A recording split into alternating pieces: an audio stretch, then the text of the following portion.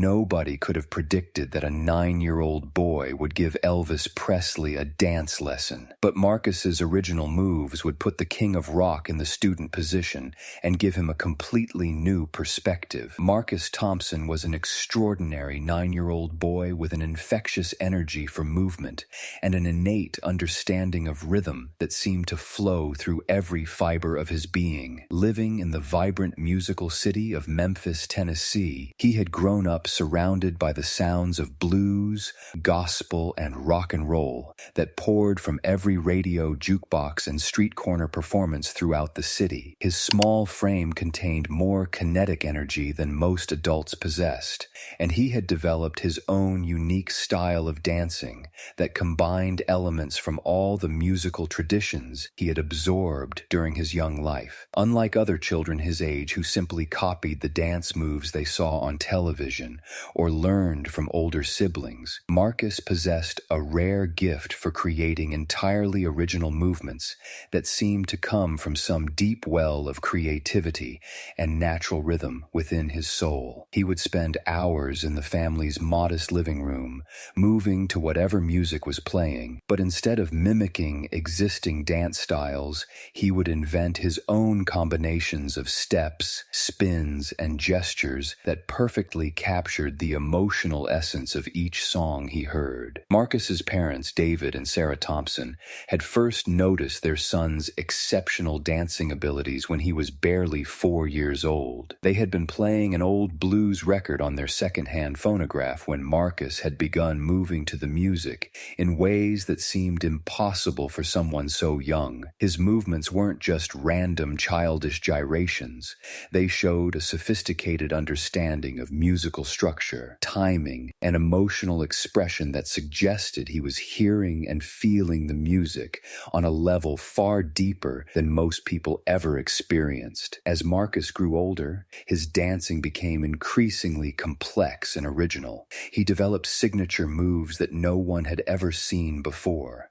A spinning step that seemed to defy gravity, a way of moving his shoulders that made it look like the music was flowing through his body like liquid, and a series of hand gestures that seemed to paint the melody in the air around him. Neighbors would often stop their conversations when they heard music coming from the Thompson house, knowing that if they looked through the window, they would see Marcus creating something beautiful and entirely unique. The young boy's dancing wasn't just technically impressive, it was deeply emotional and authentic. When he moved to a slow, soulful ballad, his movements became fluid and contemplative, telling a story without words. When an upbeat rock and roll song played, his energy became explosive and joyful, making everyone who watched him feel like dancing themselves. Marcus had an almost supernatural ability to translate the emotional content of music into physical movement, creating a visual representation of what the songs were trying to express. Marcus's greatest inspiration came from watching Elvis Presley perform on television and in the occasional movie that played at the local theater. But unlike most young Elvis fans who tried to copy the King's famous moves exactly, Marcus studied Elvis's dancing with the analytical eye of someone trying to understand the underlying principles rather than simply imitate the surface details. He could see how Elvis used his whole body to express the music, how every movement served the emotional content of the song, and how the King's dancing was really a form of storytelling through motion. What fascinated Marcus most about Elvis's dancing was how it seemed to break rules and create new possibilities for how the human body could move to music. Elvis had taken influences from gospel, country, blues, and pop music and created something entirely new and revolutionary. This gave Marcus the confidence to believe that he too could create his own original style rather than simply copying what others had done before him. Marcus's bedroom was decorated with posters of various musicians and dancers, but the centerpiece was a large photograph of Elvis in one of his iconic performance poses. However, Marcus had also covered his walls with his own drawings of dance moves he had invented, complete with arrows and notes showing how each movement should flow into the next. relaxed. His room looked like the workshop of a young choreographer who was seriously studying the art and science of dance. The opportunity that would bring Marcus face to face with his idol came when Elvis announced a special community outreach concert at the Memphis Youth Center, a local organization that provided programs and activities for children from various neighborhoods throughout the city. The concert was designed to be an intimate, interactive event where Elvis would perform for a small audience of local children and families with the goal of inspiring young people to pursue their own creative interests and dreams. When David and Sarah heard about the concert, they knew immediately that they had to find a way for Marcus to attend. The event was free, but tickets were limited and distributed through a lottery system to ensure that children from all economic backgrounds would have an equal chance to participate. Marcus was so excited about the possibility of seeing Elvis perform in person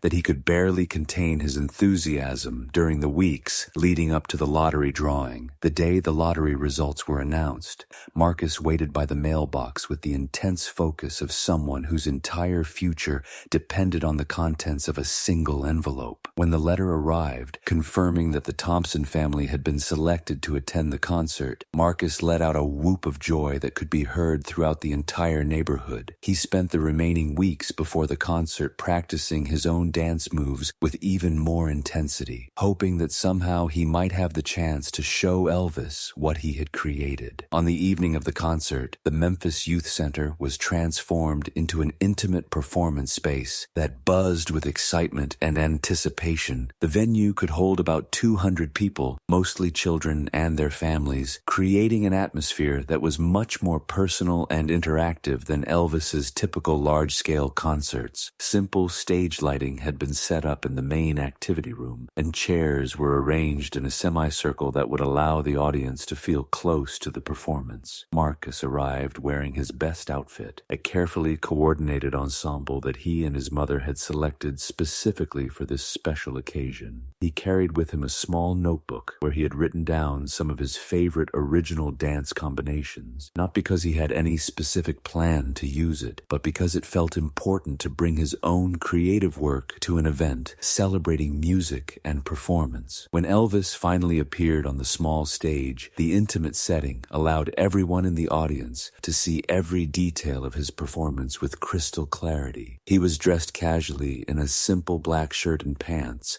without the elaborate jumpsuits and theatrical staging that characterized his major concert performances. This stripped-down approach created an opportunity for the audience to focus entirely on Elvis's natural charisma, vocal ability, and, most importantly for Marcus, his dancing. Elvis began his set with some of his most beloved songs, but what made the performance special was how he adapted his usual concert presentation for this young audience. He spoke directly to the children between songs, asking them about their own interests in music and encouraging them to pursue their creative dreams. He even invited audience participation, encouraging the kids to clap along, sing backup vocals, and move to the music in whatever way felt natural to them. As Elvis performed, Marcus found himself studying every movement with the intense concentration of a student trying to learn from a master teacher. But instead of simply admiring Elvis's technique, Marcus began to see opportunities where his own original moves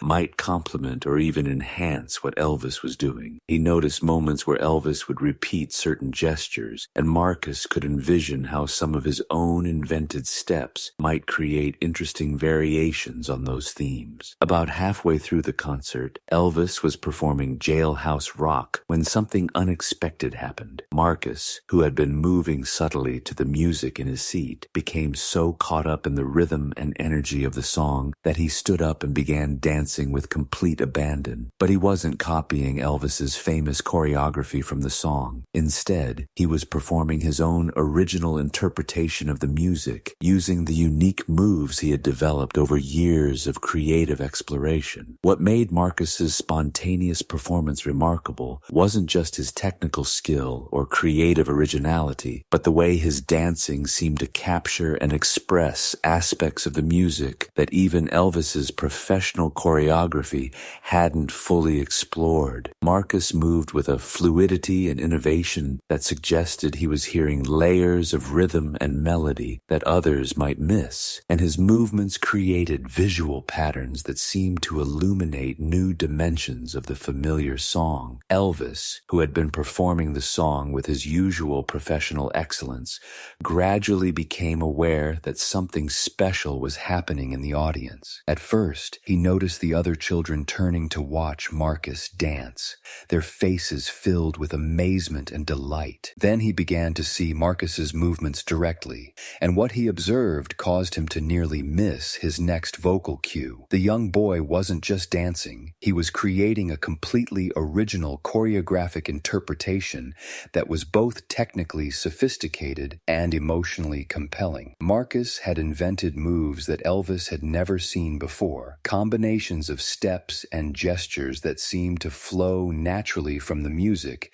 yet were entirely unique. Most remarkably, Marcus's dancing seemed to enhance and complement Elvis's performance rather than competing with it, creating a kind of visual harmony that elevated the entire musical experience. As the song continued, Elvis found himself modifying his own performance to incorporate some of the rhythmic patterns he was seeing in Marcus's dancing. Without consciously deciding to do so, Elvis began to mirror some of Marcus's movements, adapting the boy's innovations to fit his own performance style. The result was a spontaneous collaboration between the established superstar and the young creative innovator that created something entirely new and exciting. When Jailhouse Rock ended, the audience erupted into applause not just for Elvis's performance, but for Marcus's incredible dancing and the magical interaction they had witnessed between the professional performer and the talented child. Elvis himself was applauding enthusiastically,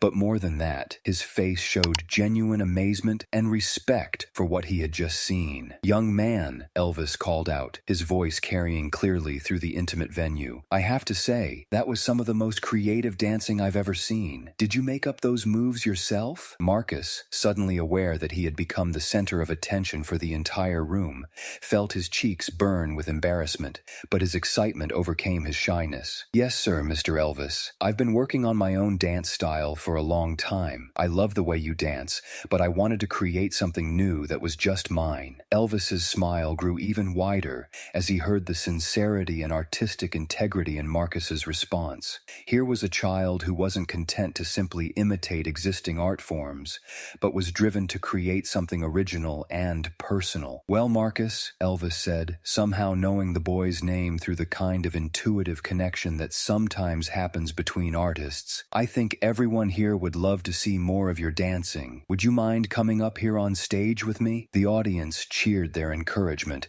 as Marcus looked to his parents for permission. David and Sarah, who had watched their son's creative development with pride and amazement for years, nodded enthusiastically and helped guide Marcus toward the stage. As the 9-year-old boy made his way through the crowd, receiving high fives, pats on the back, and words of encouragement from other audience members, he felt as though he was walking into the most wonderful dream imaginable. Elvis helped Marcus up onto the small stage and positioned him where everyone in the audience could see clearly. "Now, Marcus," Elvis said, "I want you to show everyone some of those amazing moves you were doing. But first, I have to ask, would you mind teaching me a few of them? I've been dancing for a lot of years, but I saw things in your performance that I've never thought of before." The request was remarkable not just because it came from Elvis Presley, but because it represented a complete reversal of the typical teacher-student relationship. Here was one of the world's most famous entertainers asking a 9-year-old child to teach him new artistic techniques. It was a moment that demonstrated Elvis's genuine humility, his continued openness to learning and growing as an artist, and his recognition that creativity and innovation could come from anyone, regardless of age or experience. Marcus nodded nodded eagerly, his confidence growing as he realized that Elvis was genuinely interested in learning from him rather than simply showcasing him as a novelty. "Okay, Mr. Elvis, but some of my moves are kind of complicated. You might need to practice them a few times." The audience laughed delightedly at Marcus's matter-of-fact approach to instructing one of the world's most accomplished performers, and Elvis himself chuckled with genuine amusement and respect. "Well then, I guess I better be a good student. Show me what you've got, teacher." What followed was one of the most extraordinary and heartwarming scenes in the history of live performance. Marcus began by demonstrating one of his signature moves, a spinning step that incorporated arm movements that seemed to sculpt the air around his body, while his feet created complex rhythmic patterns on the floor. Elvis watched intently, studying Marcus's technique with the focused attention of a serious student trying to master a difficult skill. When Marcus finished the demonstration, Elvis attempted to replicate the movement, but his first try was clumsy and incomplete. Instead of being discouraged, Elvis laughed at his own mistakes and asked Marcus to break the move down into smaller components so he could learn it properly. "I think I need the beginner's version," Elvis said with genuine humility. "Can you show me just the footwork first?" Marcus took his teaching role seriously, patiently demonstrating each element of the movement and offering gentle corrections when Elvis's attempts didn't quite capture the intended effect. "Try to make your feet lighter, Mr. Elvis," Marcus said with the natural authority of someone sharing knowledge they had worked hard to develop, "and let your arms follow the music instead of forcing them to move." The audience watched in fascination as the roles reversed completely. Elvis, the legendary performer, became an eager student, learning from Marcus, the young innovator. What made the scene even more remarkable was how genuinely engaged both participants were in the learning process. Elvis wasn't just humoring a child, he was genuinely trying to master Marcus's techniques because he recognized their artistic value. And Marcus wasn't intimidated by his famous student. He approached the teaching process with the same serious creativity he brought to developing his own dance style. As Elvis gradually began to understand and incorporate Marcus's movements, something beautiful began to happen. The combination of Elvis's professional experience and Marcus's innovative creativity created new possibilities that neither could have achieved alone. Elvis's mastery of stage presence and performance technique helped bring out the full potential of Marcus's inventions, while Marcus's fresh perspective helped Elvis see new ways to express musical ideas through movement. After working together for several minutes,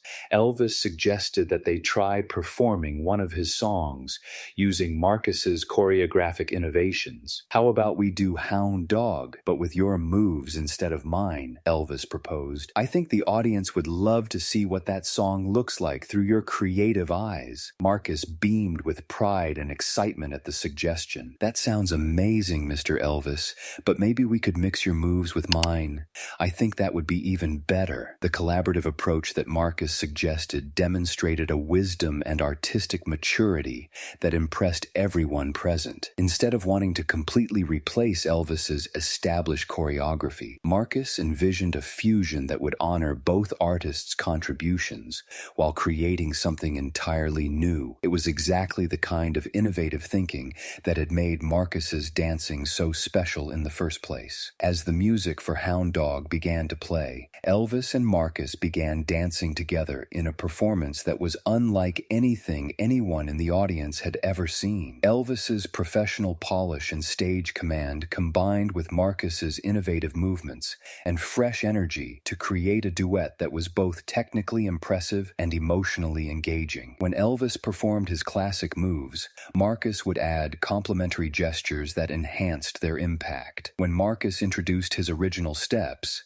Elvis would adapt them to fit his own style while maintaining their essential creative spirit. The audience was mesmerized by the unique collaboration unfolding before them. Children who had come to see Elvis perform were now witnessing something far more rare and special, a genuine artistic partnership between generations, where established excellence met emerging innovation to create something entirely new. Parents found themselves moved not just by the entertainment value of the performance, but by the beautiful example of mutual respect and creative collaboration they were witnessing. As the song reached its climax, Elvis and Marcus were moving in perfect synchronization, their different styles and approaches blending into a unified artistic statement that was greater than the sum of its parts. Elvis's famous charisma and Marcus's inventive spirit created a combination that was both familiar and revolutionary,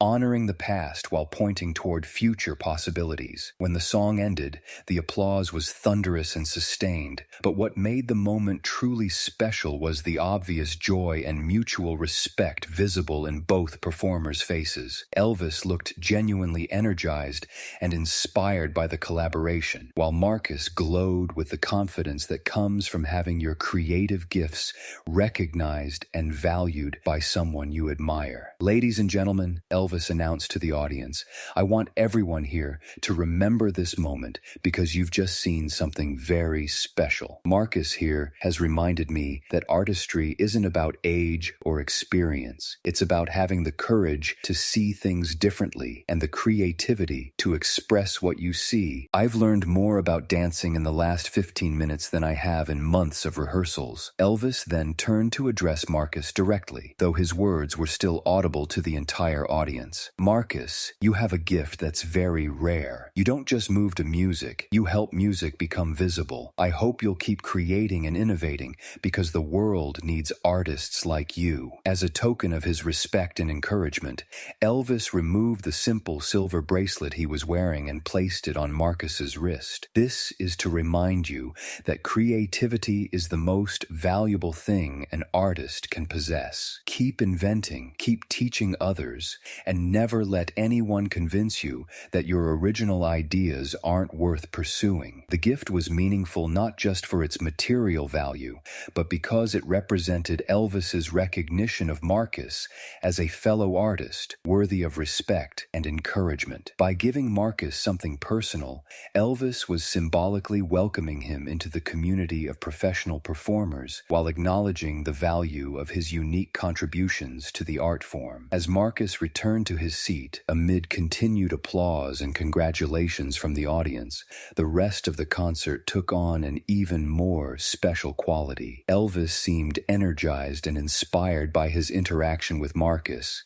and several times during his remaining songs, he incorporated modified versions of the movements Marcus had taught him. Each time he used one of Marcus's innovations, he would smile and nod toward the young dancer, creating an ongoing dialogue between mentor and student that continued throughout the evening. After the concert ended, Elvis made sure to spend additional time with Marcus and his family, talking about dance, creativity, and the importance of developing one's own artistic voice. He encouraged Marcus to continue exploring his unique style and even suggested specific ways that Marcus might further develop his innovations. More importantly, Elvis emphasized that Marcus's willingness to create something original was just as valuable as technical perfection or professional polish. The impact of that evening on Marcus's life and artistic development was profound and lasting. The validation and encouragement he received from Elvis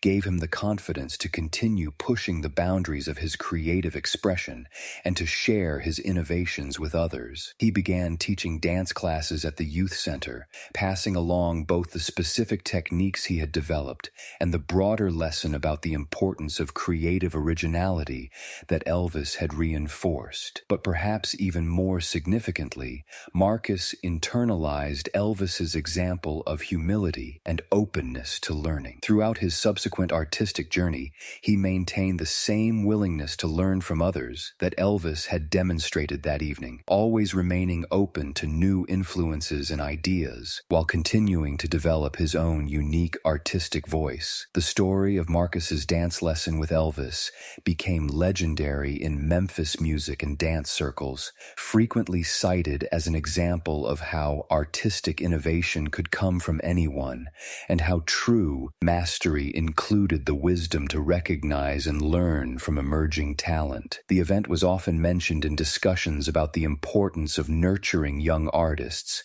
and creating opportunities for intergenerational artistic exchange. Years later, when Marcus had become a successful choreographer and dance instructor, he often told the story of his evening with Elvis to his own students. He would emphasize how Elvis's humility and genuine interest in learning had made the experience meaningful, and how the king's validation had given him the confidence to continue developing his artistic gifts. Marcus's story became an inspiration to countless other young dancers and choreographers who were trying to find the courage to develop their own original styles. The silver bracelet that Elvis gave Marcus remained one of his most treasured possessions. But more than that, it served as a daily reminder of the lesson Elvis had taught him about the value of creative originality and the importance of sharing one's gifts with others. Marcus would often touch the bracelet before teaching a class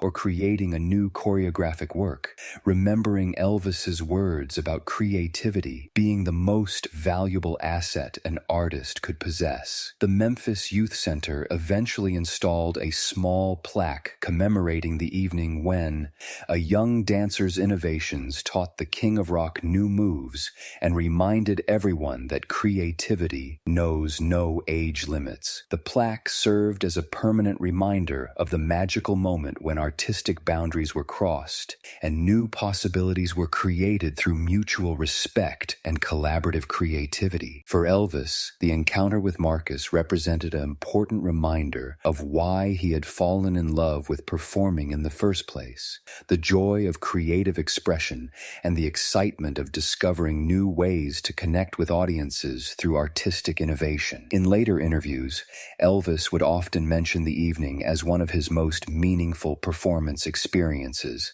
not because of the size of the audience or the professional production values, but because of the genuine artistic exchange that had taken place. The legacy of that extraordinary evening continued to inspire artists and educators for generations. It served as a powerful example of how established artists could remain open to learning and growing, how young innovators could contribute meaningfully to established art forms, and how the most meaningful artistic experiences often came from unexpected collaborations that broke down traditional hierarchies and assumptions. In the end, Marcus's dance lesson with Elvis became more than just a memorable moment. It became a testament to the power of creative courage, the importance of artistic humility, and the beautiful things that could happen when generations of artists came together with mutual respect and genuine openness to learning from each other.